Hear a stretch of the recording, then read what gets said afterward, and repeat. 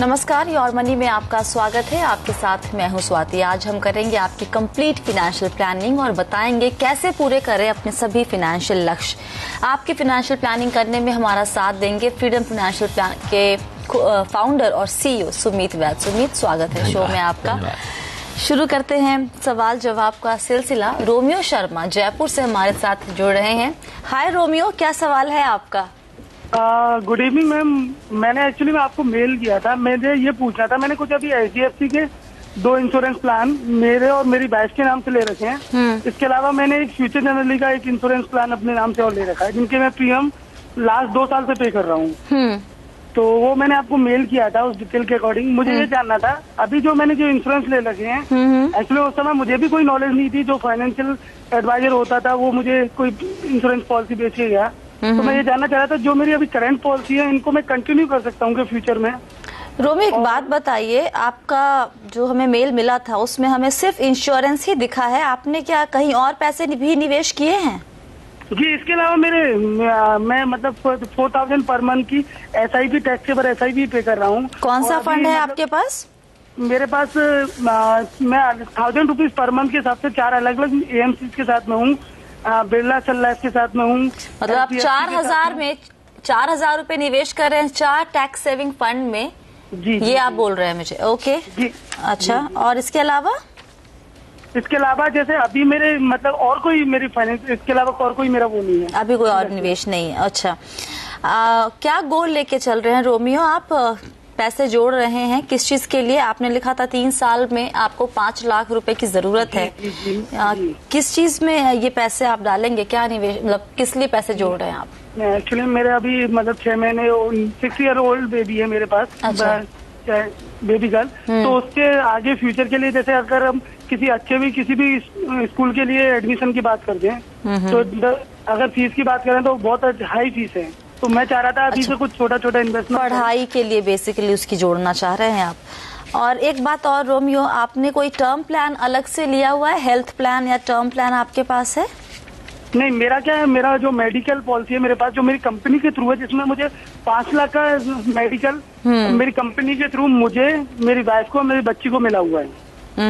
तो मैं मतलब मेडिकल तो अभी लेने के पूल में नहीं हूँ, लेकिन मैं एक टर्म प्लान और लेना चाह रहा हूँ, जिसके लिए मैंने अभी मेट लाइफ से बात की थी। मेट लाइफ का एक मेट सुरक्षा टॉप करके उनका एक प्लान है, जिसमें मुझे करीब वो 10,000 पे 25 लाख का कवर दे रहे हैं। और वो जो बोल रहे हैं कि 20 ईयर्स के लिए आपको वो पैसा, एक तो टर्म प्लान में पैसा पूरा लैप्स हो जाता है, वो कह रहे हैं मुझे पैसा 20 साल बाद पैसा भी वापस मिल जाएगा। तो मैं एक टर्म लोन लेना चाह रहा हूँ, तो आप मुझे कोई टर्म प्लान भी सजेस्ट कर सकते हैं? अच्छा, एक चीज और, एक आखिरी सवाल आपसे मेरे से है, ये है कि आपकी जो सैलरी है 5 लाख सालाना, आप महीने में कितना बचा लेते हैं? खर्च कितना करते हैं, बचाते कितना है? मैम, मेरे पास एक कार लोन भी चल रहा है, और इन फ्यूचर में होम लोन के लिए भी जाना चाह रहा हूँ। कब तक सोच रहे हैं? जी, कमिंग 6 मंथ के अंदर मैं होम लोन के लिए भी जा रहा हूँ। अच्छा, तो अप्रॉक्स मेरे पास सेविंग जो रहेगी वो 10,000 पर मंथ से ज्यादा नहीं रहेगी। होम लोन लेने के बाद आप सोच रहे हैं या उसके पहले ही? अभी नहीं, ये सेविंग जो है 10,000 लेने के बाद। अच्छा, अभी आपकी कैपेसिटी, आपने लिखा था कि आप 5,000 रुपए और SIP करना चाहते हैं, राइट? जी जी, वो मैं अभी फरवरी से अप्रैल 2012 से चालू करने की सोच रहा हूँ। नॉर्मल जो SIP है वो 5,000 पर मंथ की स्टार्ट। ऑलराइट, ठीक है। सुमित, बताइए, अब इनकी प्लानिंग करते हैं हम जरा। अभी तक सिर्फ इंश्योरेंस है और बहुत अचंभे की बात है, इन्होंने SIP किया है लेकिन 4,000 रुपए और 4 अलग अलग टैक्स सेविंग फंड्स में डाल रहे हैं। थोड़ा अटपटा लग रहा है मुझे। आप थोड़ा से ढंग से बनाइए इस पूरे प्लान को। सबसे पहले तो रोमियो जी, कॉम्प्लीमेंट है आपको कि आपने इतनी यंग एज में इन्वेस्टमेंट ओरिएंटेशन, फाइनेंशियल प्लानिंग, इन सब के बारे में सोचना शुरू किया है। ये काफ़ी अच्छी स्टेज है आपको ये सोच के अपने गोल्स वगैरह बनाने की, और अच्छे टाइम पे आपने हमारे शो को फ़ोन किया, बिकॉज काफ़ी हद तक हम आपको इसमें डायरेक्शन देते हैं। तो पहली चीज़, जैसे कि हमने आपको बोला कि आपकी इंश्योरेंस और इन्वेस्टमेंट जो है वो अलग अलग नीड है और वो अलग अलग से ही होनी चाहिए। आप उसको कंबाइन करके मत रखिए। आपकी जो अभी पॉलिसीज हैं उसमें इंश्योरेंस और इन्वेस्टमेंट कंबाइन है।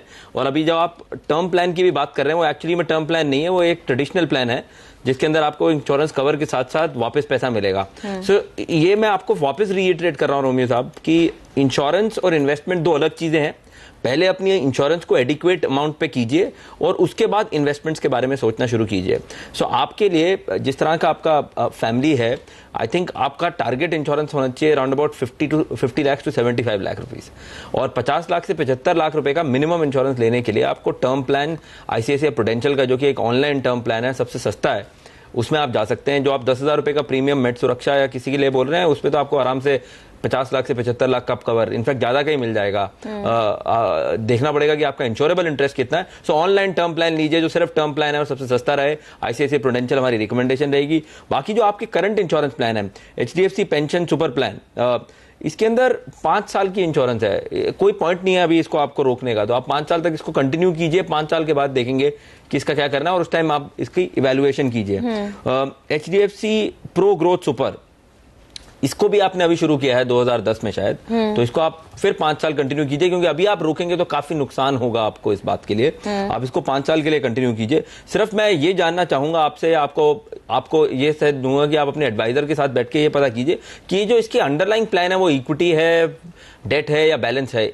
इक्विटी जितना रखेंगे लॉन्ग टर्म गोल्स के लिए, उतना आपके लिए फायदा रहेगा। फिर आपने बोला future assure with profit endowment plan, इसको तो आप 5 साल क्या है, इसको तो आपको कंटिन्यू ही रखना पड़ेगा, बिकॉज एक ट्रेडिशनल एंडोमेंट प्लान है जिसको कि आप रोकेंगे तो बहुत ही ज्यादा नुकसान होगा। सो आपकी इंश्योरेंस का स्टेटस इस तरह से है कि ये इंश्योरेंस नहीं है, ये इन्वेस्टमेंट्स हैं, और इन्वेस्टमेंट्स में भी ये काफी कॉस्टली पड़ती हैं। तो आने वाले टाइम पे आपको इनको कंटिन्यू रखना पड़ेगा, मगर 5 साल बाद इसको आपको रिव्यू करना पड़ेगा। तो ये हो गई पहली चीज। आगे बढ़ते हैं आपकी ओवरऑल गोल्स को देखते हुए। तो आपने बोला कि आपको तकरीबन 5 लाख रुपए चाहिए चिल्ड्रन एजुकेशन के लिए। अगर आप इसमें 12,500 रुपए तक का SIP करते हैं 20% और 80% में, मतलब in terms of equity debt के हिसाब से, बिकॉज आपका गोल काफी पास का है। कब का गोल बताया इन्होंने स्वाति? 3 साल में चाहिए इन्हें 5 लाख रुपए। बिल्कुल, तो उसके लिए आप ज्यादा रिस्क ले ही नहीं सकते हैं। इनफैक्ट आपका जो इक्विटी एक्सपोजर है वो मुश्किल से 15 से 20% होना चाहिए, और बाकी सब फिक्स्ड इनकम होना चाहिए, बिकॉज गोल काफी पास है आपका। और इसीलिए आपका जो सेविंग अमाउंट है वो ज्यादा बन गया है, 12,500 रुपए पर महीना to achieve this particular goal. इसमें आप म्यूचुअल फंड देख सकते हैं इक्विटी और डेट में। ICICI डायनेमिक फंड है इक्विटी में, DSP शॉर्ट टर्म फंड होगा, शॉर्ट टर्म फंड में BS बिरला सन लाइफ डायनेमिक फंड हो सकता है डेट फंड के अंदर। सो 2 डेट फंड और 1 इक्विटी फंड का आप कॉम्बिनेशन ले सकते हैं, या दूसरी तरफ आप MIP भी देख सकते हैं। HDFC MIP एक काफी अच्छा ऑप्शन रहेगा आपके लिए, जिसके अंदर वो यही मिक्स करके देंगे आपको 20% equity, 15 to 20% equity, rest in debt. तो ये आपका गोल रहेगा, आप इसको लेके आगे चलिए और करिए। फिर से हम आपको एडवाइस करना चाहेंगे, इंश्योरेंस और इन्वेस्टमेंट को जोड़िए मत। सबसे पहले अपना टर्म प्लान पूरा कीजिए, और जैसे जैसे आपकी इंश्योरेंस की मैच्योरिटी पास आए उसको रिव्यू कीजिए। चलिए, तो आप रोमियो जी, आपका नाम बहुत ही मजेदार है वैसे, हम बता दें। रोमियो जी, आप अपने इंश्योरेंस और अपने म्यूचुअल फंड की जो या फिर इन्वेस्टमेंट की नीड है उसको अलग कीजिए। आपको जो सलाह दी गई है, जिसने भी दी है कि आप ऐसा एक प्लान लीजिए जिसमें आपको पैसे वापस मिल जाएंगे टर्म प्लान में, वो प्लान अवॉइड कीजिए। काफी महंगा प्लान है, रिटर्न ऐसा बहुत ही अच्छा नहीं मिलेगा वहां पर।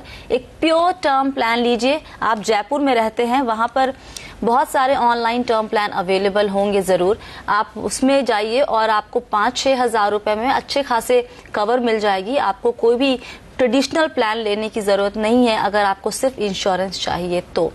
और फिलहाल वक्त है योर मनी में एक ब्रेक का, लेकिन अगर आप भी हमसे mutual fund, credit card, loan या फिर इंश्योरेंस से जुड़े सवाल पूछना चाहते हैं तो हमें ईमेल कीजिए mf@moneycontrol.com पर।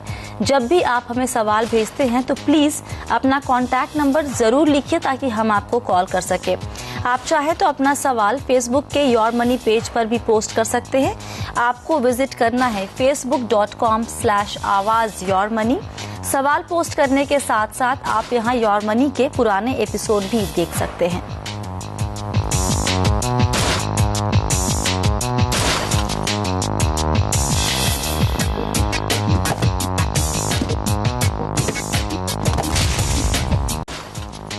योर मनी में आपका एक बार फिर से स्वागत है। आज हमारा फोकस है आपकी फाइनेंशियल प्लानिंग पर, और आपके सवालों के जवाब दे रहे हैं हमारे गेस्ट, फ्रीडम फाइनेंशियल प्लानर के फाउंडर और CEO सुमित वैद।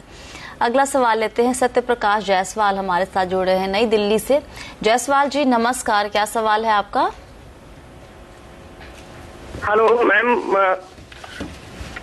मैंने अपना सब कुछ पोस्ट किया था। मैम मुझे 3-4 साल में एक होम लेना है दिल्ली एनसीआर में। और मेरा जो इन्वेस्टमेंट है, मैंने तो आप फेसबुक पे मैंने पोस्ट किया था। जी जायसवाल जी, ये बताइए कि आप कितना पैसा जोड़ने की सोच रहे हैं 3-4 साल में जो घर खरीदेंगे उसके लिए? मैम कुछ होम लोन लेके और फिर डाउन इन्वेस्टमेंट करके। हाँ, तो डाउन पेमेंट कितना करेंगे आप? कितनी रकम चाहिए होगी आपको? डाउन पेमेंट तो 5 लाख अबाउट। उतनी रकम आपको चाहिए 3 से 4 साल में, राइट? नहीं, उतनी मैं कर सकता हूँ, बाकी होम लोन ले लूंगा। नहीं, तो अभी आपके पास है उतने पैसे? आप जो ये 5 लाख है वो अपने इन्वेस्टमेंट से जोड़ना चाहते हैं या फिर आपके पास पहले से ही है वो? मैम मैं उतना जोड़ना चाहता हूँ इन्वेस्टमेंट से, right? Yes ma'am. All right. इनके पास 2 म्यूचुअल फंड है इनके पोर्टफोलियो में, HDFC टॉप 200 और Franklin India blue chip fund, जिसमें 2000 रुपए की SIP चल रही है सुमित। इंश्योरेंस भी है, LIC मनी बैक प्लान, वहां पर ये 25,908 रुपए पर एनम दे रहे हैं प्रीमियम। शेयर मार्केट में भी थोड़ा बहुत इंटरेस्ट रखते हैं, वहां भी करीब 30,000 रुपए के आसपास लगाए हुए हैं इन्होंने। अब ये 5 लाख कैसे जोड़े 3 से 4 साल में, और इस इन्वेस्टमेंट से क्या लगता है ये गोल पूरा हो जाएगा? सबसे पहले तो स्वाति, अगर हम जायसवाल साहब का पोर्टफोलियो देखें और उनका गोल देखें, वहाँ पे थोड़ा सा एक मिसमैच है। और यूजुअली जब हम गोल प्लानिंग करते हैं हमसे गलती होती है, इसलिए मैं इन पे खास फोकस करना चाहूंगा। उन्होंने बोला 3 से 4 साल बाद हाउसिंग का एक गोल है दिल्ली एनसीआर में। सो पहले तो जायसवाल साहब को एक बजट बनाना पड़ेगा कि कितना वैल्यू का घर वो खरीदना चाहते हैं आज के टाइम पे, बिकॉज प्रॉपर्टी की कीमत बढ़ती जा रही है, वो कम नहीं हो रही है। और आने वाले टाइम में अगर वो 5 लाख रुपए की डाउन पेमेंट की बात कर रहे हैं तो करंट जो रेगुलेशन है उसके हिसाब से उनको 30-40 लाख का लोन मिलेगा। 30-40 लाख में दिल्ली एनसीआर में किधर मिलेगा मकान? सिंगल बेडरूम का होगा, डबल बेडरूम का होगा, उनकी नीड के हिसाब से फिट बैठता है नहीं बैठता। सबसे पहला पॉइंट तो वो क्लैरिटी को लेके आना है। और वो इसलिए इंपॉर्टेंट है कि कई बार हम गोल बनाते हैं पर बड़ा इम्प्रैक्टिकल सा गोल होता है, और हमें फ्रस्ट्रेशन ये होती है कि हमने 3-4 साल लगाए मगर जो हमारा गोल था वो बन ही नहीं पा रहा है, वो बढ़ता ही जा रहा है हमारे सामने। रियल एस्टेट की वैल्यू बढ़ती जा रही है, या जो घर मुझे मिल रहा है वो मेरे टेस्ट का नहीं है, तो एक परपेचुअल फ्रस्ट्रेशन सी आ जाती है। तो इसलिए सबसे पहला काम तो उनको एक देखना पड़ेगा आज के टाइम पे कि ये मेरा गोल बनेगा, उसके लिए मुझे इतना पैसा जमा करना है, चाहे उसमें मेरे को 5 साल लगे या 6 साल लगे, वो क्लैरिटी चाहिए। नंबर 2, अगर हम देखें जो इनको 5 लाख चाहिए अगले 3 से 4 साल में, इनका कहीं फिक्स्ड इनकम का एलोकेशन नहीं है। सब कुछ इंश्योरेंस में है। जो मनी बैक बोल रहे हैं 5 साल बाद, है ना, मनी बैक 5 लाख रुपए का वहां पर आई थिंक कवर होगा। और प्रीमियम दे रहे हैं 25,908। 2015 के आसपास मैच्योर होगा। ये जो अमाउंट है ये इनका कुछ हद तक एक कॉर्पस क्रिएट हो सकता है 7-8% रिटर्न के हिसाब से, जो कि मेरे को लगता है अप्रोक्सीमेटली 3.5 लाख 4 लाख से ज्यादा नहीं होने वाला है। ये एक कॉर्पस है इनके लिए। इसके अलावा कुछ और फिक्स्ड इनकम का इन्वेस्टमेंट नहीं है। कहीं उन्होंने अपना PPF का मेंशन किया है 15,000 रुपए। दिसंबर 2012 में शायद 2012 ठीक नहीं लिखा होगा, 2011 लिखना चाह रहे होंगे। एक उनको एक कॉर्पस ऐसे जमा करना पड़ेगा, इर्रिस्पेक्टिव मार्केट कहां जाए, वो उनके घर के लिए जमा रहे, जो कि फिक्स्ड इनकम, PPF और इंश्योरेंस जैसे इंस्ट्रूमेंट से निकल सकता है, मनी बैक से। उसके बाद उनकी अपनी कहीं टर्म प्लान के बारे में कुछ लिखा नहीं हुआ है। वो लोन की बात कर रहे हैं, नई रिस्पॉन्सिबिलिटीज की बात कर रहे हैं, एक यंग फैमिली के बारे में सोचा है इन्होंने। अपनी टर्म प्लान के बारे में सोचिए। आपकी इंश्योरेंस बहुत बहुत ज्यादा इंपॉर्टेंट है। इनफैक्ट मेरा कहना रहेगा घर से ज्यादा इंपॉर्टेंट आपकी इंश्योरेंस है, आपकी फैमिली की सर्वाइवल के लिए और आपके लिए। सबसे पहले तो आप 25 से 50 लाख रुपए तक की इंश्योरेंस लीजिए जितनी आपकी एलिजिबिलिटी है, और ASAP लीजिए। उसके बाद जाके आप अपना पोर्टफोलियो देखते हैं और आपकी SIP देखते हैं, जो कि मेरे हिसाब से आगे ज्यादा सरप्लस नहीं है कि उस गोल को अचीव करने के लिए। और जो शेयर मार्केट में इनका 30,000 रुपया लगा है, मेरा कहना होगा कि जैसे ही उनका वो पॉजिटिव में आए प्लीज उसको निकालिए और एक फिक्स डिपॉजिट कर दीजिए बैंक में, जिसको कि अगेन आप अपने गोल के साथ लिंक करेंगे जो आपका रियल एस्टेट का गोल होगा। और इक्विटी इन्वेस्टमेंट थोड़े दिन के लिए बेशक रोक के रखे, बिकॉज अभी आपका सबसे बड़ा पर्पस जो है वो डाउन पेमेंट को इकट्ठा करना है, और उसके अंदर आप ज्यादा रिस्क ले नहीं सकते। सुमित, हम हमेशा बोलते हैं कि आप जब गोल बनाते हैं तो उसके हिसाब से आप निवेश करना शुरू कीजिए, कभी बीच में अपना इन्वेस्टमेंट जो है वो रोकिए मत। लेकिन होता ये है कि जब भी बाजार नीचे जाता है तो लोग हड़बड़ा के एक बार पहले सोचते हैं बैठ के कि पैसे क्या करूं, निकालूं या ना निकालूं, या फिर निवेश कंटिन्यू करूं या ना करूं। वो एक पॉज लेते हैं, और अगर बाजार और नीचे गया तो वो निकालना भी शुरू कर देते हैं डर के मारे। तो वैसे में क्या फर्क पड़ता है? आप एसआईपी कुछ वक्त के लिए बंद कर रहे हैं, आप पैसा शायद विड्रॉ भी ना करें, आप एसआईपी बंद कर रहे हैं और फिर जब आपका कॉन्फिडेंस वापस आता है बाजार में, आप एसआईपी शुरू कर देते हैं, तो उससे क्या रकम जोड़ने में या फिर जो गोल हम सोच के चलते हैं उसे पूरा करने में दिक्कत होती है? बहुत बहुत रेलेवेंट क्वेश्चन है स्वाति है। हमने जब शुरू में सिस्टमैटिक इन्वेस्टमेंट प्लान शुरू किया म्यूचुअल फंड्स ने, सबका मानना ये था कि ये रेकरिंग डिपॉजिट की तरह है, इसे कभी रोकिए मत, हर महीने बूंद बूंद से इन्वेस्ट कीजिए और आप अपना ओवरऑल कॉर्पस बढ़ाइए। बट हमने ये देखा है कि स्टॉक मार्केट या इक्विटी मार्केट रिलेटेड जितनी भी इन्वेस्टमेंट्स हैं उसमें हमारी इमोशंस बहुत काम करती हैं। जब इंडेक्स सडनली 18,000, 19,000, 20,000 जाता है तो हमें बड़ा अच्छा लगता है, हम पैसा शुरू कर देते हैं। जब कुछ हद तक इंडेक्स नीचे आता है और हमारी प्रेस और पेपर में सब लिखा जाता है कि हमारी जो ओवरऑल फ्यूचर है स्टॉक मार्केट में इतना चाहिए, हम उसको बंद कर देते हैं और उससे पूरा जो एसआईपी का इन्वेस्टमेंट है, एवरेज करने वाला जो कॉन्सेप्ट है, वो एकदम लॉस हो जाता है। एसआईपी में आप कभी टाइमिंग नहीं कर सकते, नहीं आपको करना चाहिए। इसके चलते हमने एक छोटा सा स्टडी किया कि अगर किसी ने अपना पैसा एसआईपी में लगाना शुरू किया होता 1,000 रुपया 2000 सन से और उसको कंटिन्यू किया होता 2003 तक, क्योंकि उस टाइम तक टेक्नोलॉजी का बूम था, आपने उसको हिसाब से इन्वेस्ट किया। उसके बाद आईटी का मेल्टडाउन हुआ और उसके बाद लोगों को लगा कि नहीं 2003 में हमें पैसा निकल जाना चाहिए, तो उन्होंने 10,000 रुपए महीना बंद करके 2003 से वो मार्केट से बाहर निकल गए और 2005 में वापस आए मार्केट में। फिर 2008 तक क्योंकि मार्केट ठीक थी आप रहे, उसके बाद ग्लोबल मेल्टडाउन हुआ, फिर आप निकल गए। तो उस केस में ऐसा हुआ कि जो टोटल कॉर्पस हमने इन्वेस्ट देखा रिसर्च करके, टोटल कॉर्पस एसआईपी के तौर पे जो इन्वेस्ट हुआ वो हुआ 10 लाख रुपए। उसके ऊपर जो हमारा टोटल गेन बना वो बना 14.5 लाख रुपए। अच्छा। और इसके सामने अगर हम अपना इन्वेस्टमेंट रोकते नहीं, 10,000 रुपए लगते रहते हर महीने, तो हमारा टोटल कॉर्पस होता 14.5 लाख और उसका टोटल गेन बना के अभी बन जाता 40 लाख। सो आपका जो 25 लाख रुपए का नुकसान है वो सिर्फ इसलिए वजह से है कि आपने एसआईपी रोकी, शुरू करी, एसआईपी रोकी और शुरू करी। एसआईपी शुरू कीजिए, गोल से लिंक कीजिए, रोकिए मत, रिटर्न पक्का बनेगा। चलिए फिलहाल वक्त है ब्रेक का, ब्रेक के बाद कुछ और सवाल लेंगे, उसके जवाब हम जरूर देंगे। आप बने रहिए योर मनी के साथ।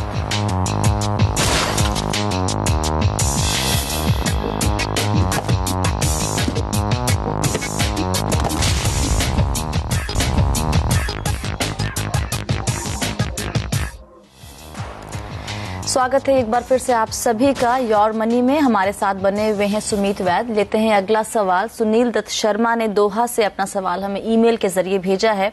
सुमित, इनके पास 2 पॉलिसी है। ओके, सुमित हमारे साथ फोन लाइन पर जुड़ रहे हैं। सुनील नमस्कार, क्या सवाल है आपका? Hi.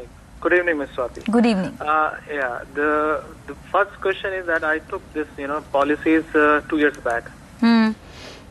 So the first goal was my retirement. So I started investing in this ICICI, what is that? Life stage pension advantage. Yeah. And I'm investing around 3 lakhs per annum आप प्रीमियम दे रहे हैं उसका। Okay, Sunil की आवाज हम तक नहीं आ रही है। 2 पॉलिसी इनके पास है जिन्होंने गोल से जोड़ के रखी है। एक तो अपनी रिटायरमेंट के लिए, दूसरा बच्चे की पढ़ाई के लिए। पॉलिसी नहीं, उन्होंने आरडी की हुई है 10,000 रुपए हर माह की। इसके अलावा कुछ और भी पॉलिसी इनके पास है। 2 गोल है, उसके साथ 2 चीजें साथ में चल रही हैं। बाकी पॉलिसी का इसके साथ कोई गोल अटैच नहीं किया है। इतना पता है कि 2022 में घर बनाने के लिए इन्हें 30 से 40 लाख रुपए चाहिए होंगे।